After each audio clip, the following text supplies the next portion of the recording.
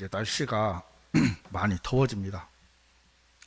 거의 여름 이제 날씨가 된다고 해도 과언이 아닌데, 저는 환절기에 가끔 감기가 잠깐 왔다가요, 추운 겨울에는 감기가 안 걸리고 이래 이제 환절기 때 잠깐 왔다 가는데, 요즘이 딱 그때입니다. 제가 밖에는 지금 사람들이 넘쳐납니다. 하지만 그들은 하나님을 믿고 하나님을 찾는다고 말을 하면서도, 또 자기들은 좁은 길을 가고 있다고 말을 하면서도 실제로 걸어가고 있는 길은 넓은 길입니다. 우리는 말 그대로 좁디 좁은 길, 정말 사람들이 알아주지 않는 길, 말씀이 바르다고 얘기를 해도 말씀에 관심이 없는 그 세대 안에서 저희들이 살아가고 있기 때문에 어쩌면 신앙을 지키는 것이 더 힘들고 어려울 수도 있습니다. 특히 저희들처럼 이렇게 몇 안 되는 데서는 더더욱 이제 힘들 수도 있습니다. 하지만 바꿔 생각하면은 그만큼 저희들은 하나님 앞에 가서 받을 상급이 많고 보상이 많다고 생각하시면 됩니다. 남들이 가지 않는 길이라고 해서 모두가 옳은 길은 아닙니다. 어쩌면 세상 사람들은 남들이 가지 않는 길을 가는 사람들도 있고 그들을 개척자나 선구자라고 부릅니다. 하지만 그들이 하나님 앞에서 올바른 길을 가는 건 아니거든요. 우리는 그래도 하나님께서 주신 이 하나님의 말씀 앞에 신앙생활을 하고 있는 사람들이기 때문에 그 사람들보다는 좀 더 나을 수는 있다고 생각하지만, 신앙이라는 게 그렇지. 건물을 지을 때 우리나라에서 지금 제일 높은 빌딩이 아마 롯데월 타워 555층인가? 555m. 메타수래요? 아마 가장 높을 거예요. 그 건물을 짓는 거는 오랜 기간이 걸리고요, 엄청난 기술력이 포함됩니다. 하지만 그 건물이 무너지는 건요, 순식간이거든요. 이 말은 무슨 말이냐면, 우리가 신앙생활을 하는 거는 그렇게 건물에 기초를 쌓고 기초를 놓고 하나씩 올라가는 거하고 똑같아요. 하지만 그 신앙이 무너져 버리는 시간은 극히 짧은 시간이라는 겁니다. 쉽게 말하면 한순간에 우리의 신앙이 무너질 수도 있다는 얘기입니다. 그만큼 신앙생활이 쉽게 말하면 쉬울 수도 있겠지만 참 어렵습니다. 왜냐하면 다른 사람들이 좀 인정을 해주면 좋겠는데 다른 사람들은 인정을 안 해줘요. 좀 잘 보이고 싶고 좀 괜찮다라는 소리를 듣고 싶은데 세상은 우리를 그렇게 인정을 해주지 않습니다. 특히나 요즘 같은 세대는, 우리 그 알고리즘이라는 거 들어보셨습니까? 우리 형제님, 소형제님, 알고리즘이라는 말 들어보셨어요? 알고리즘, 이게 뭐냐면 유튜브나 이런 걸 보면 제가 좋아하는 영상이 있잖아요. 그러면 나는 어쩌다 한 번씩 내 영상을 그걸 봤어요. 그런데 유튜브라는 놈은 내가 그걸 딱 한번 보잖아요. 그럼 저분은 저런 걸 좋아하는구나, 이렇게 해서 그런 영상을 계속 보여줘요.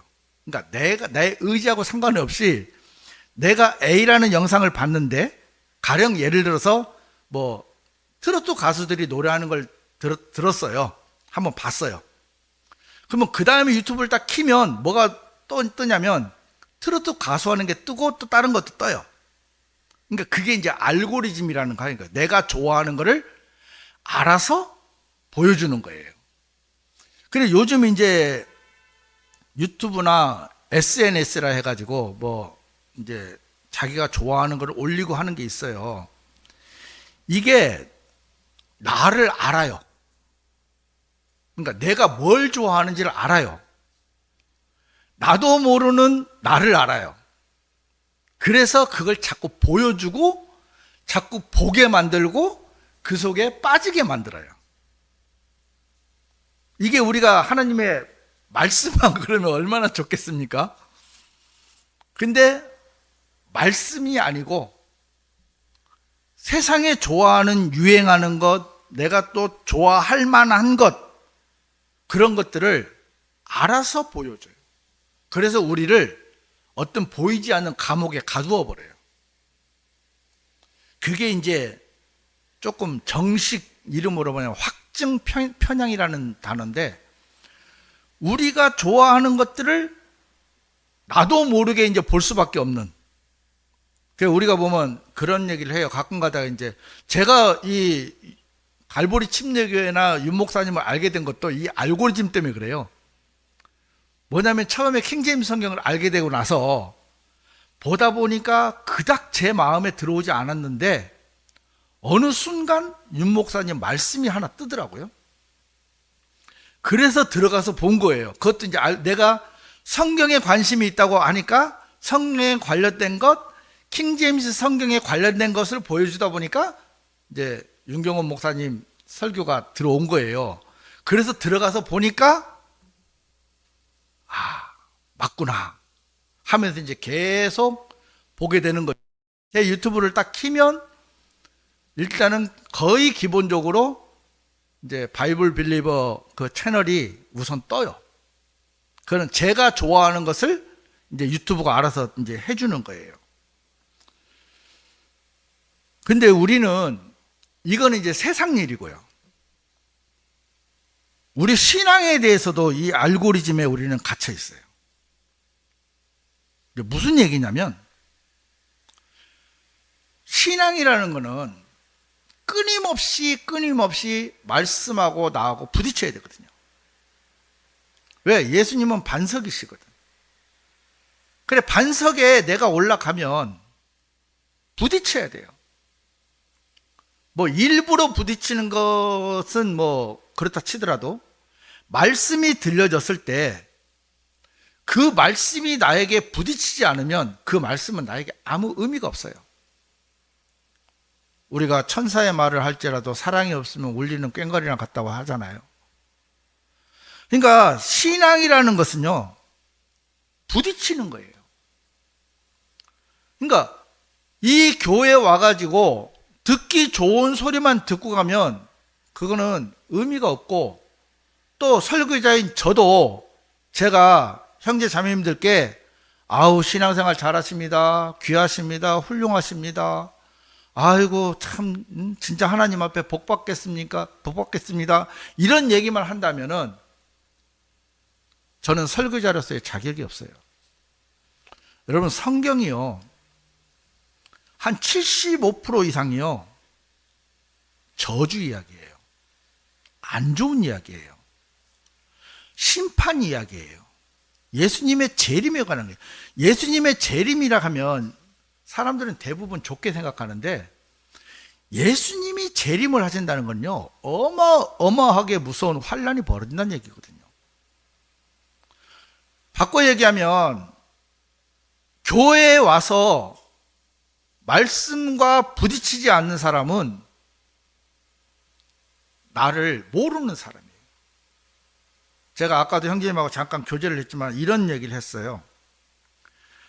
우리는 성경 학도입니다. 학생입니다. 쉽게 말하면 배우는 학생입니다. 자, 저는 성경을 매일 공부를 해요. 매일. 그러면 제가 성경을 매일 공부한다고 제 신앙이 매일 좋아지겠습니까? 아니라는 거예요. 성경을 공부하는 거는 공부하고, 물론 하나님의 지식이 많아져서 그것으로 인해서 제 신앙이 도움이 되는 건 사실이에요. 하지만 성경을 많이 안다고 해서 내가 그게 내 신앙이라고 생각한다면 저는 큰 착각이라는 겁니다. 고등학교나 대학교에서 전교 1등 하는 학생이 있어요. 여러분 그 말 아세요? 서울대는요, 전국에서, 전교에서 거의 1, 2등 하는 애들이 오는 거예요. 아시죠? 근데 그 중에 또 꼴찌인 거 아세요? 서울대 가서 막상 공부하면? 그리고 인성이 개차반이 나왔죠. 나오죠. 술 주정뱅이 나오죠. 깡패 나오죠. 왜요? 내가 전교 1, 2등을 할 정도로 공부를 많이 했으면 인성도 그만큼 좋아져야 되는데, 공부는 많이 했는데 인생이 개쓰레기인 애들이 많잖아요. 지식과 인성은 별개라는 겁니다. 물론 이 지식을 통해서 도움은 많이 받을 수 있는 건 사실이에요. 우리가 신앙도 마찬가지거든요. 내가 성경을 정말 많이 안다고 해서 그 성경 지식이 내 신앙의 척도라고 생각하는 사람들이 의외로 많다는 거예요. 그래서 자기 발에 걸려 넘어지는 거예요. 왜?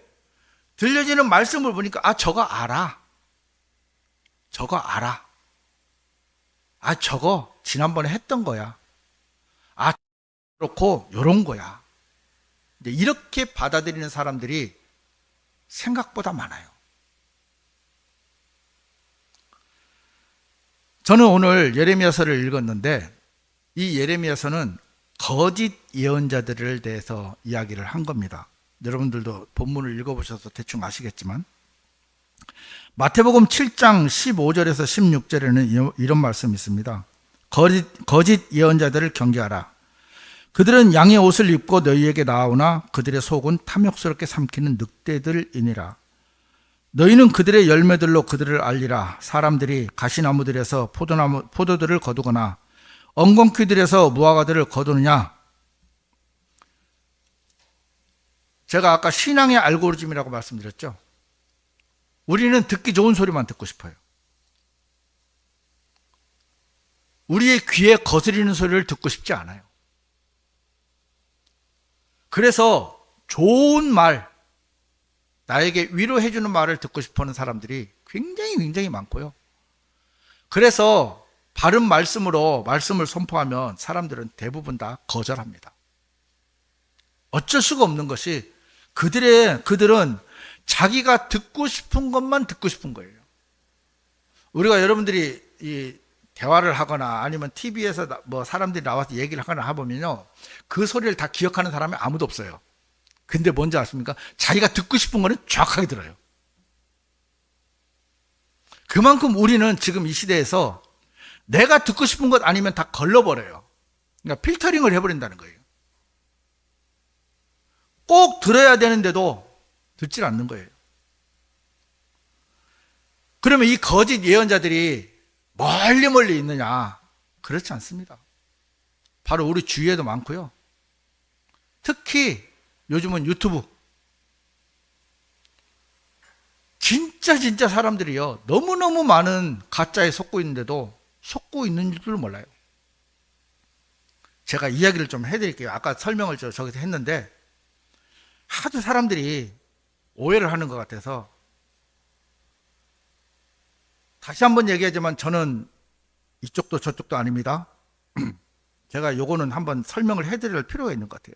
많은 사람들이 차별금지법에 대해서 또 종교해산법에 대해서 걱정을 하고 있습니다. 자, 종교해산법이라고 해서 아마 민주당에서 이제 발의를 해가지고 지금 뭐 검토를 하고 있는 건 줄 알고 있어요. 그래서 기독교를 해산하고 나라를 공산주의로 만든다. 이렇게 사람들이 설명을 하면서 아까 들으니까 어떤 분이 우리가 모르드케가 돼서 하만을 죽이고 이스라엘 살린 것처럼 대한민국을 살려야 된다. 이렇게 말씀하시는 분들이 있대요. 실제로 현직 목사님들이 그러고 계신데요. 우리는 현재 이스라엘이 아닙니다. 여긴 대한민국입니다. 그리고 그 법이 어떤 법인지 전혀 알아볼 생각조차도 안 하고 있는 거예요. 종교회담법이 뭐냐면, 제가 신천지입니다. 실제로 신천지는 아닙니다. 제가 신천지고 우리 형제님께서 국회의원이에요. 그래서 제가 로비를 했습니다. 한 10억을 주고 로비를 해가지고 그것으로 인해서 제가 부당한 이득을 취했어요. 이해되세요? 그 정치와 종교가 유착이 돼가지고 거기서 그 종교 집단이 부당한 이득을 취한 거예요. 지금 신천지가 그러고 있거든요. 신천지가 국민의힘 당에 수십만 명을 집어넣어서 당원 가입을 시키고, 그리고 그 당원의 힘으로 윤석열 대통령을 당선시키고, 그리고 나서 신천지의 압수수색 2번을 무마시켜 주고 여러 가지 기타 등등 혜택을 받았어요. 그게 이제 증거로 드러났어요. 그래서 그것 때문에 신천지를 해산시키려고 하는 법안이 올라가 있는 거예요. 세상에 기독교를 해체시킨 나라는 단 한 군데도 없습니다. 역사상. 해체시키려고 하면 할수록 우리는 풀뿌리처럼, 잔디뿌리처럼 계속 번져요. 인류 역사상 기독교 자체를 해산시킨 데는 없어요. 탄압을 할 수는 있어요. 그러니까 정확한 내용을 모르고 무조건 기독교를 해산시켜서 나라를 공산주의로 만들다고 하는 거짓 가짜 뉴스에 속아서 사람들은 거기에 열광을 하고 있어요. 그로 인해서 그 목사님은요, 돈을 엄청나게 벌고 있다는 거예요.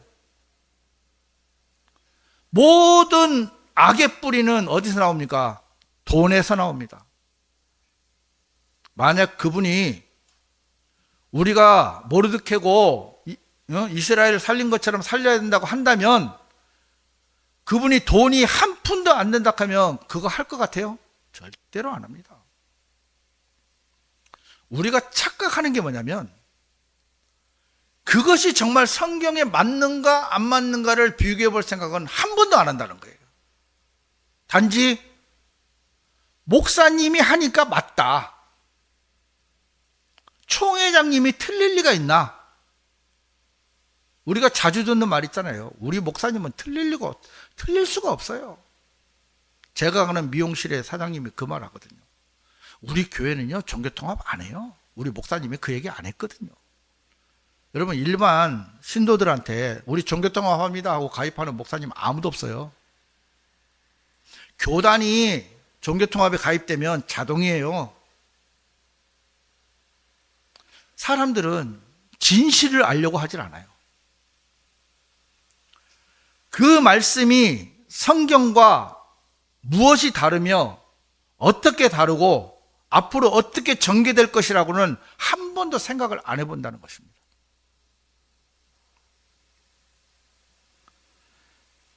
하나님은 분명히 말씀하셨어요. 23장 21절 21절. 내가 이 예언자들을 보낸 적이 없으나 그럼에도 그들은 달렸도다.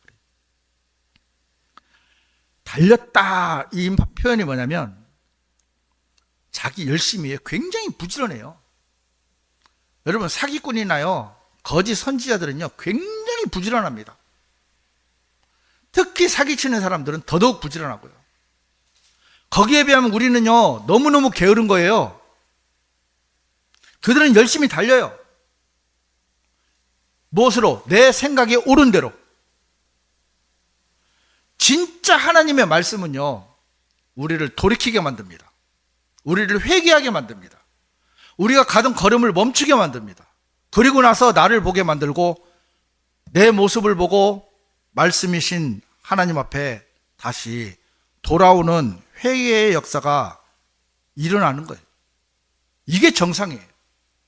여러분이 말씀 앞에 부딪혔을 때 여러분의 삶을 돌이키지 않고, 여러분의 생각을 돌이키지 않고 내 마음을 돌이키지 않는다면, 그것은 여기에 나오는 하나님이 보내시 않은 그 예언자들의 말을 따라가고 있는 거예요.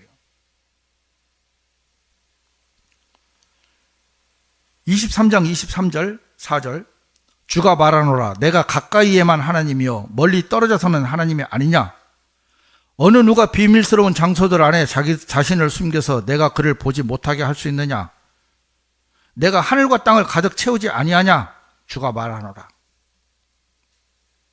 우리는 우리가 숨어서 하면 괜찮을 거라고 생각을 해요.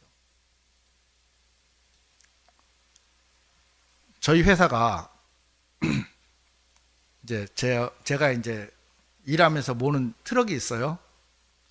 근데 이제 저희 영업소 말고 저희는 창원 영업소인데 이제 다른 영업소 밑에 직원을 괴롭혀갖고 그 직원이 나가면서 이제 고발을 한 거예요, 노동부에. 그래서 이제 모든 차에다 GPS를 달았어요. 그래서 꼼짝 말아요. 왜냐면 이 GPS가 뭐냐면 제가 차가 시동을 켜면 지금 11시 50분에 얘가 시동을 켰구나. 그리고 어디로 가는구나. 그리고 몇 시에 시동이 꺼지는구나. 이거를 다 알아요. 그래서 혹시나 제가 일하다가 다른 볼 일이 있어서 옆길로 새잖아요. 그럼 그것도 알아요. 그러니까 족쇄가 돼버린 거예요. 그러니까 옛날 같으면 퇴근을 조금 빨리 했거든요. 왜냐하면 저희는 이제 일하는 대로 움직였으니까. 그리고 저희 회사는 제가 알아서 일하는 데거든요. 그래서 빨리 하면 빨리 끝날 수 있었어요. 근데 지금은 빨리 끝나도 못 가요. 왜? 뭐가 있어요? GPS가 있어요. 이해되세요? 족쇄. 어떤 영업사원은 저희 이제 회사가 12시 반부터 1시 반 점심시간인데 12시에 밥 먹으러 갔나 봐요. 밖에서 일하다가. 그러니까 이제 연락이 왔더래요. 너 왜 12시에 밥 먹어? 그러니까 뭐 내 모습은 직접 보지 못하더라도 내가 어떻게 움직이는지, 언제 출근하고 언제 퇴근하는지, 그리고 납품은 어디에 갔는지 이게 뭐 실시간으로 다 나오는 거예요. 바꿔 말하면 우리 인간들도 그런 GPS나 CCTV 때문에 그렇죠. 숨을 곳이 점점 없어지잖아요. 하물며 살아계신 하나님이 우리는 비밀스러운 장소에 있으면 괜찮을 거라고 생각을 하는 거예요. 이게 비유가 이해가 되십니까? 우리는 숨어서 할 수 있는 게 없다는 거예요. 그런데도 많은 사람들은 괜찮아 하면서 얼마든지 내 편에서 합리화를 시켜요. 우리 회사 회장님인지 사장님인지 그분은 이제 할 일이 없어서 요즘 GPS는 앱으로 해갖고 다 실시간으로 볼 수 있대요. 그럼 우리 회사 차가 영업부하고 납품차가 한 50대가 넘는데, 예를 들어서 제가 이제 가는 데가 뭐 땡땡땡땡이에요. 그러면 그 땡땡땡땡 누르면 제가 어디로 갔는지 어떻게 갔는지 뭐 하는지 다 보이는 거예요. 하나님도 마찬가지라는 거예요. 우리가 숨을 곳이 있다고 생각하는 것 자체가 우리는 참 큰 이 착각 속에 사는 것이라는 거죠. 하다못해 내가 숨기고 싶은 마음이 있잖아요. 그렇죠?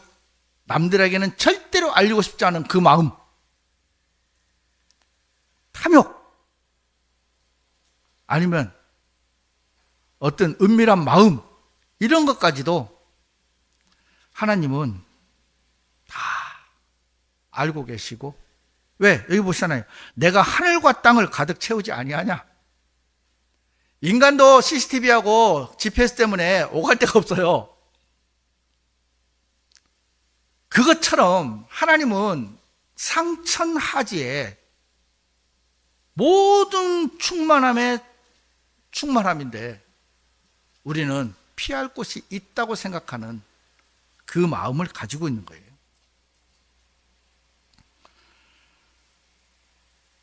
우리는 마음을 잘 속여요. 우리 스스로도 속일 때도 많고요. 또 이 말씀을 잘못 해석하고 변개시켜서 말씀을 도둑질합니다. 본문 23장 25절에서 27절 하고요. 30절 32절을 제가 연속으로 한번 읽어볼게요. 내가 그 예언자들이 말한 것을 들었는데 그들이 나의 이름으로 거짓말들을 예언하며 말하기를 꿈을 꾸었도다 하였도다. 거짓말들을 예언하는 예언자들의 마음속에 이것이 얼마나 오랫동안 있겠느냐. 진정 그들은 그들 자신의 마음에 속임수의 예언자들이로다. 그들의 조상들이 바알로 인하여 나의 이름을 잊어버렸듯이 그들은 각인이 모두 자기 이웃에게 알린 그들의 꿈들을 통하여 나의 백성으로 하여금 나의 이름을 망각하게 하려는 속셈이로다. 27절까지 읽었는데요. 여기 보면 뭐라고 되어 있습니까? 하나님의 이름을 망각하게, 잊어버리게. 이게 이제 거짓 예언자들이 하는 말이에요. 어저께인가 이렇게 스쳐 지나가는, 제가 그걸 다 안 봤는데 8살짜리 아이가 천국에 갔다 왔대요. 정말 제주도 좋아요. 저도 한번 가봤으면 좋겠습니다. 그렇게 속이는 거예요. 특히 요즘 그 임사체험이라고 참 사람들이 굉장히 그게 많이 올라와요. 죽었다가 살아났든지 아니면 지옥에 갔다 온 거라든지 아니면 예수님이 나에게 나타나셔서 말씀을 하셨다는 뜻이, 아니면 내가 천국을 가서 봤다. 이런 임사체험이요. 검색 안 하셔도 됩니다. 또 계속 뜹니다. 어마어마하게 많이 있어요. 유튜브 안에. 사람들이 그걸 보면요. 뭐라고 하냐면 너무너무 감동을 해요. 부러워하고.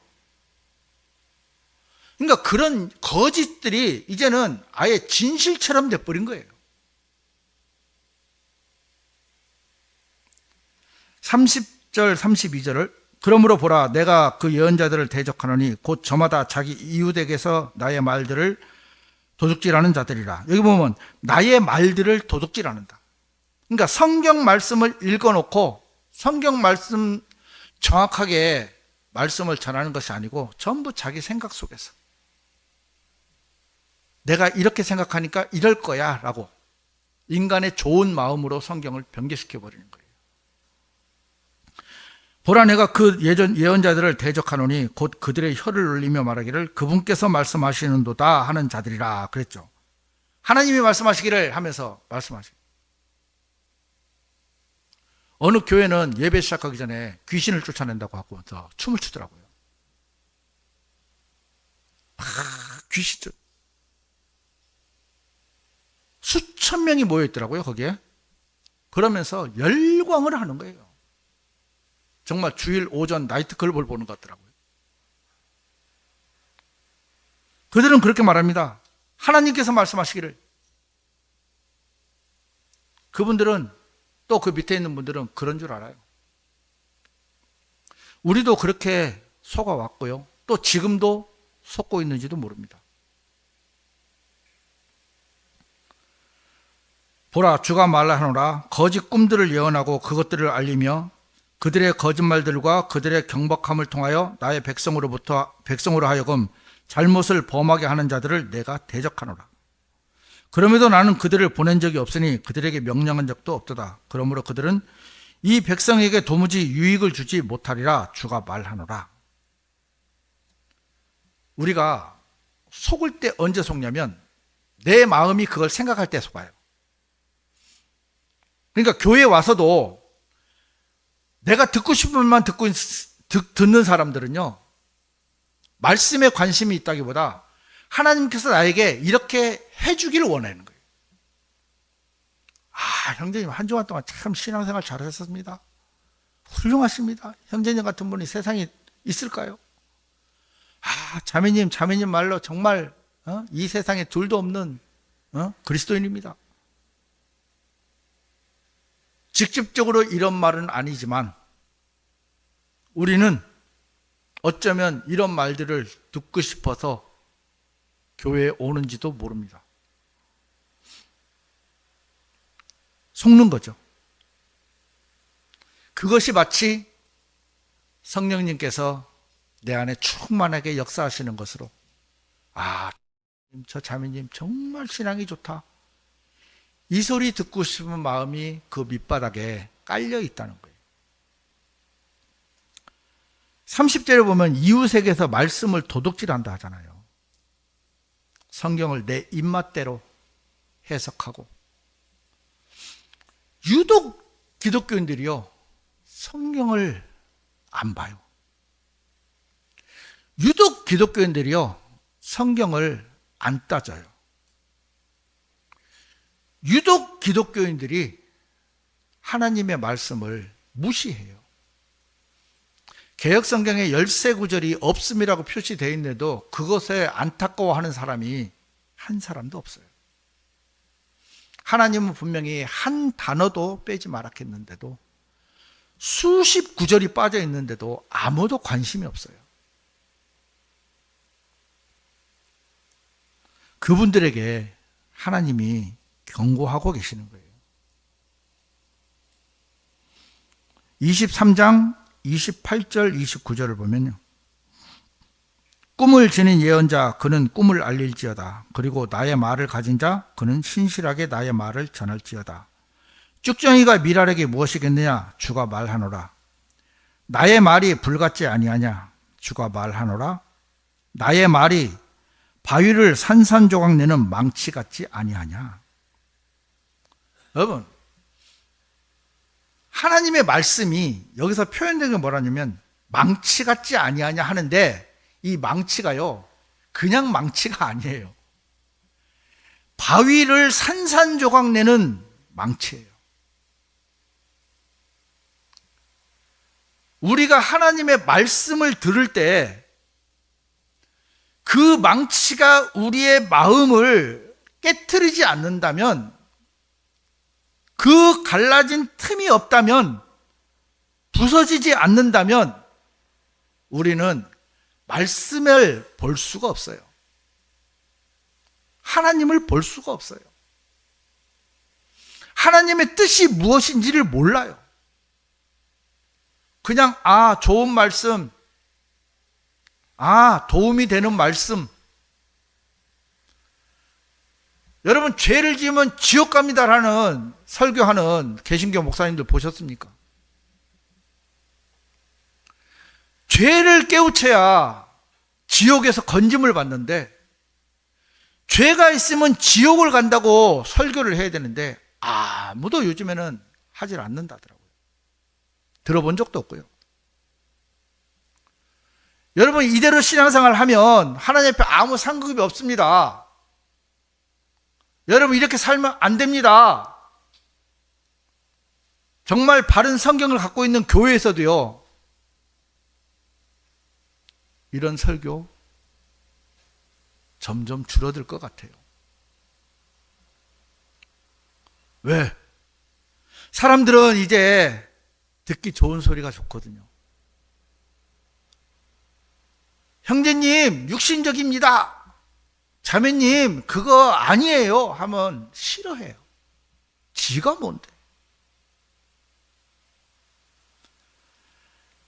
말씀이 여러분들에게 왔을 때 여러분들 마음이 단단한 바위입니다. 이 단단한 바위가 산산조각 나지 않으면 그 틈을 통해서 비춰지는 말씀의 빛이 비춰지질 않아요. 여전히 나는 빛을 가리고 있는 단단한 바위 같은 거죠. 히브리서 4장 12절은 우리가 너무나 잘 알고 있는 말씀입니다. 이는 하나님의 말씀은 살아있고 권능이 있으며 그 어떤 양날검보다 더 예리하여 혼과 영 그리고 관절들과 골수를 찔러 가르기까지 하고 마음의 생각들과 의도들의 분별자이기 때문이라 했어요. 양날검보다 더 예리하여 그랬어요. 중요한 건 마음의 생각들과 의도들의 분별자이다. 말씀. 그러니까 여러분이 말씀이 왔을 때 여러분의 생각이 드러나지 않는다면 그것은 여러분 앞에 말씀이 오지 않은 거예요. 여러분의 마음에 망치이신 말씀이 여러분들을 두드리지 않은 거예요. 내가 깨지지 않은 거예요. 말씀은 분명히 산산조각내는 망치라고 했고, 그것도 바위를 내 생각과 의도들을 분명하게 드러내겠다고 드러내는 것이 말씀의 역할이라고 말씀을 하셨는데, 그렇지 않다면 여러분들은 말씀을 제대로 대하고 있는 상태가 아니라는 겁니다. 저 역시 마찬가지고요. 하나님의 말씀은요, 내 기분을 맞춰주는 게 아닙니다. 만약에 예수님께서 이 땅에 오셔서 유대인들의 입맛에 맞게끔만 그냥 내 죄 해결, 우리 죄 해결 안 하고 하늘의 왕국만 세워가지고 그래 했다면 어떻게 되겠습니까? 그거는 하나님으로서의 역할이 아니잖아요. 우리는 분명하게 그리스도인입니다. 성경을 배우는 성경학도고요. 신앙을 하는 신앙인입니다. 그러면 거기에 맞춰서 우리의 삶을 살아야 되거든요. 내 기분하고 상관이 없어야 돼요. 여러분, 순종하고 복종은 다릅니다. 순종은 내가 좋을 때 할 수 있어요. 하지만 복종은 내 생각의 모든 기준을 깨트리고 하는 것이 복종이에요. 우리는 말씀 앞에 순종은 잘해요. 언제? 내 좋을 때.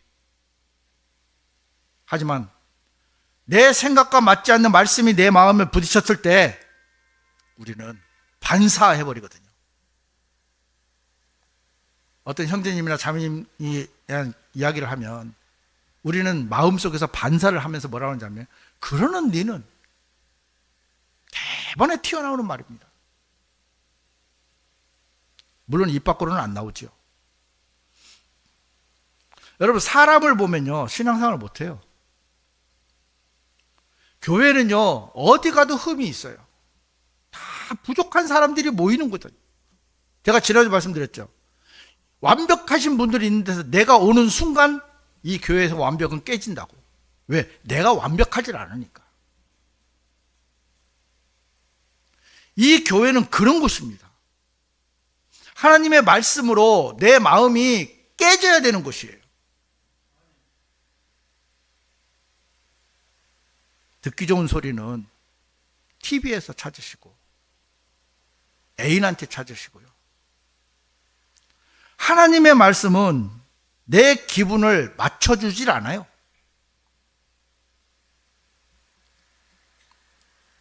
언제 여러분이 인생을 돌아보면요, 우리가 하나님의 말씀의 망치에 맞아서 박살난 적이 아마 있을 겁니다. 뭐 한 번인 분도 있고, 두 번인 분도 있고, 세 번인 분도 있고, 몇 번 있죠. 저도 여러 번 맞았습니다. 그렇게 맞아서 내가 깨지니까 그 틈으로 보이는 하나님이 계시더라고요. 말씀이 계시더라고요. 깨지지 않으면 절대 볼 수 없는 하나님의 권위가 보여요. 우리는 안 깨지고 듣기 좋은 소리만 듣고 신앙생활을 하려고 하는 아주 못된 습성이 있어요. 사람들은 그럴 수 있죠. 사람은 위로도 할 수 있고 권면도 할 수 있고 하지만, 여러분이 말씀 앞에서만큼은 냉정해지셔야 합니다. 그 말씀으로 여러분들이 가던 길을 돌이키지 못하고 내가 잘못된 것을 알지 못한다면 그 말에 있으나 마나예요. 아무런 역할도 못한다는 것입니다. 우리 요한복음 14장 6절을 한번 다 같이 한번 찾아서 읽어보겠습니다. 요한복음 14장 6절.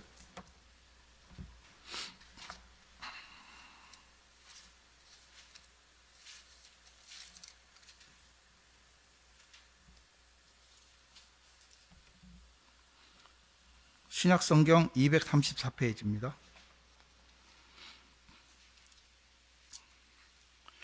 예수님께서 그에게 이같이 말씀하시니라. 나는 길이요 진리요 생명이라. 나로 말미암지 않고는 아버지께로 올 자가 없느니라. 아멘. 여기 뭐라고 되어 있습니까? 나는 길이요 진리요 생명이라. 이 말을 사람들이 되게 가볍게 생각하는 것 같아요. 여러분, 구원이고 신앙이고 어떤 것이든 간에 우리가 하나님 앞에 상급이나 보상이나 구원이나 모든 것들이 나로 말미암지 않고는 안 된다라는 거잖아요. 그러면 우리가 말로만 나는 길이요 진리요 생명이라 잘 외워요. 하지만 정말 그분이 내 모든 유일한 길이고 진리고 생명이라면 나는 그분 앞에서 무릎을 꿇어야 되는 거예요. 나는 그분 앞에 굴복을 해야 되는 거예요. 엎드려 경배해야 돼요. 세상 그 어느 누구에게도는 할 필요 없지만 예수님 앞에서만큼은, 왜? 말씀이 되어 있잖아요. 나로 말미암지 않고는. 하지만 세상 모든 많은 사람들, 또 저희들도 마찬가지지만 예수님으로 말미암지 않고도 우리는 살아갈 수 있다고 생각하는 사람들이.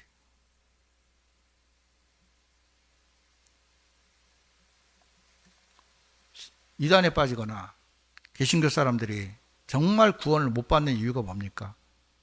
이 말씀을 무시하기 때문에 그래요. 정말 이 말씀을 마음으로 받으면 예수님 앞에 굴복 안 할 사람이 세상 천지 어디 있겠습니까?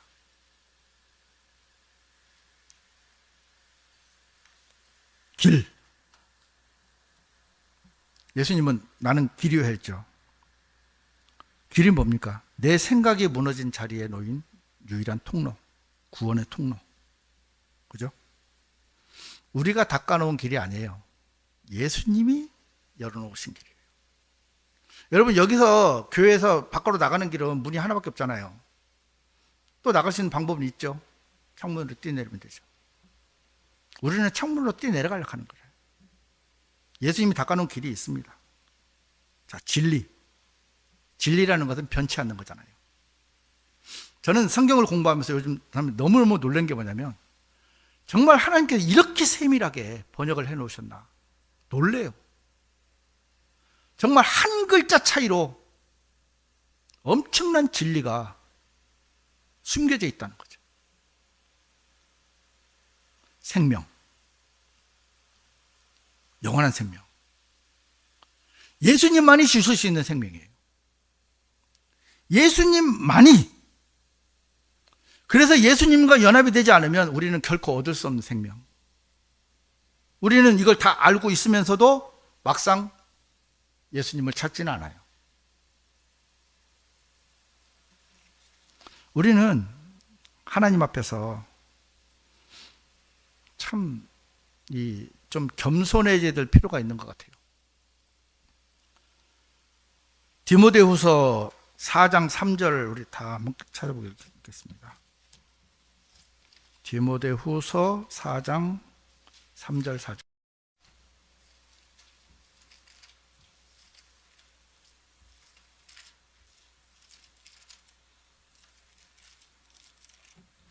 (4장 3절 4절입니다) 신약성경 455페이지 다 같이 읽겠습니다. 이는 그때가 올 것이기 때문이니 그들이 건전한 교리를 견디지 못할 때라. 반면에 그들은 귀가 가려워서 자신들의 정욕들에 따라 자신들에게 선생들을 쌓아두리라. 그리고 그들은 자신들의 귀를 진리로부터 돌이킬 것이며 지어낸 이야기들로 돌리리라.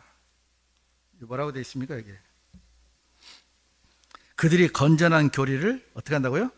견디질 못한대요. 어떤 분이 이런 말씀을 하시더라고요. 왜 사람들이 바른 성경을 찾지 않느냐? 왜 안 찾을까?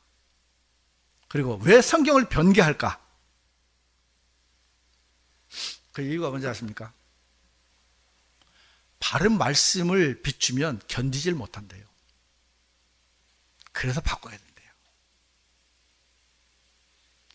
쉽게 말하면 우리가 맑은 물에는 고기가 없다 하잖아요. 그죠? 그러니까 너무 확실하니까 싫어한대요. 그래서 건전한 교리를 견디지 못한대요. 지금 이 시대가 그렇잖아요. 바른 말씀을 전하면 견디지를 못해요, 사람들이. 성경에 그래 나왔잖아요. 반면에 그들은 귀가 가려워서 자신들의 정욕들에 따라 자신들에게 어떻게 한다고요? 선생들을 쌓아둔다. 나에게 좋은 말, 듣고 싶은 말 해주는 사람들. 그래서 이 사람, 저 사람, 저 사람, 저 사람. 어떤 분은 보니까 유튜브를 스물 몇 개를 듭니다. 왜? 자기에게 맞는 걸 해주는 사람을 찾아다니는 거예요. 왜? 망치로 맞으니까 아프거든. 깨져야 되거든요. 부서져야 되거든. 싫은 거예요. 그 사람들은 선생들을 계속 쌓아둬요, 그냥. 선생들이 많다는 거는 좋은 것도 있지만요, 참 불행한 거예요. 바꿔 말하면 제가 좀 직접적으로 말씀을 드릴게요. 여기서 신앙생활을 못하면 딴 데 가서 못합니다. 여기서 이 말씀 앞에서 깨지지 않는데 어디 가서 깨지겠어요? 아마 시멘트 공구리로 계속 아마 쌓아갈 것 같아요. 깨지기 싫으니까. 그리고 그들은 자신들의 귀를 진리로부터 돌이킬 것이며, 듣기 싫은 거예요. 예수님께서 내 죄를 온전히 해결해 놓으셨습니다. 싫은 거예요. 희한하죠? 왜 싫을까? 이해가 안 돼요. 저는 참 궁금했거든요. 내가 아무리 신앙생활을 해도 구원을 못 받았는데 복음이 들릴 때 그냥 받아들였거든요. 아, 내가 지옥을 가는구나. 지옥 간다는 걸 아니까 복음을 받아들이더라고요. 감사한 것 같아요, 지금. 이들은 귀를 진리로부터 돌이켜버려요. 왜? 싫어요. 그러면서 뭐라고 합니까? 지어낸 이야기들로 돌리리라. 참 성경이 기가 막혀요.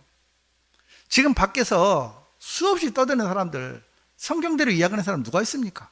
다 지어내잖아요. 코에 걸면 코걸이, 귀에 걸면 귀걸이, 그죠? 말도 안 되는 소리 해가면서 이 땅에 벌써 재림 예수가 몇 명인 줄 모르겠어요. 말도 안 되는 교리를 이야기하는데도 사람들은 아멘 아멘 하고 거기서 구원을 찾고 있다는 얘기예요. 그게 비단 이단 사이비에 빠진 사람들 뿐입니까? 우리들은 안 그렇습니까? 하나님이 이거를 정말 거대한 바빌론 같은 교회에다 하는 얘기입니까? 아닙니다. 우리한테 하는 얘기입니다. 우리가 그러고 산다는 거예요. 우리의 삶이 정말 경각심을 갖고 살아가지 않으면, 제가 말씀드렸잖아요. 건물이 올라갈 때는 수년 걸리더라도 무너질 때는 한 방이라고. 우리가 타락하는 거 순식간입니다. 우리가 끊임없이 우리 마음을 하나님 앞에서 지켜달라고 하나님께 기도하지 않으면 우리는 순식간에 타락할 수밖에 없는 사람이에요. 마귀는 그 틈을 지금 노리고 있어요. 그래서 틈을 주지 마라 하잖아요. 근데 사람들은 대부분 틈을 다 벌려, 말씀이 깨져서 틈이 보이는 게 아니고 자기들의 생각이 듣기 좋은 소리에 귀를 열어놓고 틈을 보여주니까 마귀들이 와서 마음껏 놀고 있잖아요. 적어도 우리들만큼은 그런 마귀의 회방에 꼬이지 않고, 정말 좀 힘들어요. 쉽지 않아요. 이 진리를 지키는 것이. 하지만 하나님께서 그만큼 저희들에게 또 은혜를 입혀주실 것이고 지켜주실 것입니다. 분명한 말씀 외에는 없다. 기준을 그렇게 두시면 우리 삶이 좀 평안하고 더 이상 주님의 말씀의 망치를 피하지 마세요. 언젠가 한번 깨져야 돼요. 언젠가 한번 깨져야 돼요. 깨져야 돼요. 그래야 돌아오더라고. 인간은 정신 못 차려요. 근데 너무 크게 얻어 터지지 말고, 하나님께서 또 적당히 팹니다. 뭐 완전 죽을 듯이 패는 건 아니니까. 그렇게 또 우리가 순간순간 주님의 은혜를 입어갔으면 좋겠다는 마음에서 말씀을 드렸습니다. 말씀을 마치겠습니다.